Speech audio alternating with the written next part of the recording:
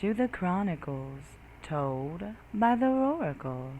Cases of the missing, murdered, and unsolved. I'd like to thank everyone for watching today, and don't forget to head over to thecertifiedoracle.com where you'll find source information for today's episode. Be sure to hit that like and subscribe button so you never miss a case. Before we get started, I would like to thank twistedgorilla.com for partnering with me today.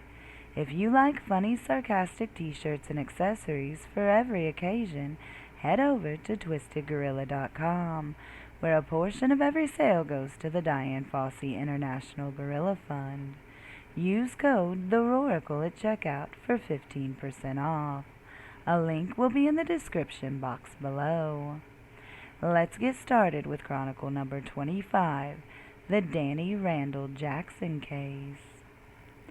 The year was 1989. Coach, The Simpsons, and Doogie Howser, MD, were on televisions across America, while moviegoers went to see Uncle Buck, Field of Dreams, or Twister. He-Man, Sega Genesis, and the Game Boy were what every kid and teen wanted to like. Italian food was all the talk among housewives. If they couldn't go to Italy, they would make food and drink wine to make it feel as if they were. One family began to care less about these things, and more about the night their son, brother, and friend vanished. Danny Randall Jackson, who went by Randy, was born on August 10, 1977. He lived with his family at 3510 Northeast 11 Terrace in Gainesville, Florida. He had brown hair and eyes, and by the time he was 12 he stood 4 foot tall and weighed 45 pounds, with a fair complexion and a few freckles. On the night of August 25th, dressed in a yellow jam shirt with a black triangle design, white shorts, white sneakers with black trim, he was sitting in a neighbor's vehicle listening to the radio. It is reported that his brother was the last one to see him. The neighbor was reportedly watching Randy from his home's bedroom window. Randy's brother also noted that the screen was removed from the neighbor's bedroom window. At some point, the neighbor announced he was going to bed, and Randy has never been seen or heard from since.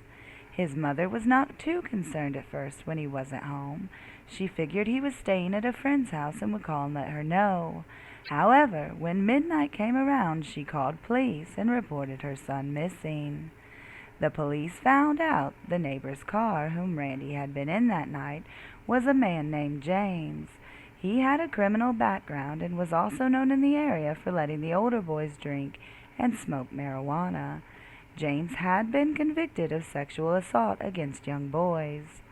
It is also said that he would never let Randy into his home for fear he would tell the adults what was going on in there. Is it possible that Randy was the lookout that night? Maybe to let James know if anyone was coming, as he was known to have older boys in his home and he did not want to get caught. What if Randy got curious as to what was going on and tried to sneak a peek? He got caught and something bad would happen. This is all purely speculation and not based on any factual evidence. The police made no efforts in concealing the fact that James was a suspect in their eyes. Once this was known, Randy's mom befriended him in an effort to try to gain information on her son's whereabouts. During this effort, she noticed a foul smell coming from the drainage ditch by their homes. James only lived 2 houses down from Randy. This would prompt the police to do an extensive search in the ditch and the area surrounding it. There was no sign of Randy anywhere. The police would search the home of James. They found no evidence of Randy being there. They would also question James. He was never charged because there was a lack of evidence against him. The police did explore other avenues. They received an unconfirmed tip that Randy was seen the evening he vanished. The witness said they saw Randy in a car with 2 white males. The car was said to be seen outside the Handyway food store, located on the 1400 block of Northeast 23rd Street. This store was located just 2.5 miles from Randy's home. The men were driving a four-door 1978 or 79 brown Chevy Impala with right front panel damage. The witness was able to describe the suspects. The first man was of medium build, 20 to 22 years old, with brown hair pulled back in a ponytail. The second man was 18 to 20 years old. He was 5'8" and about 150 pounds, with brown hair and a mustache.